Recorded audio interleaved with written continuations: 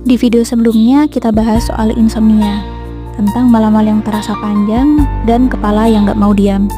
Sekarang, mari kenalan dengan white noise. Suara lembut yang konstan kayak suara hujan, desisan TV statis, atau angin yang mengalun tenang. White noise bukan sekedar bunyi, tapi pelukan sunyi yang bantu otakmu rileks, menerangkan pikiran yang lelah. Buat kamu yang malamnya sering sunyi tapi riuh di kepala, yang terganggu oleh suara kecil atau pikiran yang tak kunjung reda, coba temani malam dengan white noise. Tutup mata, tarik nafas pelan, dan biarkan tubuhmu istirahat sepenuhnya.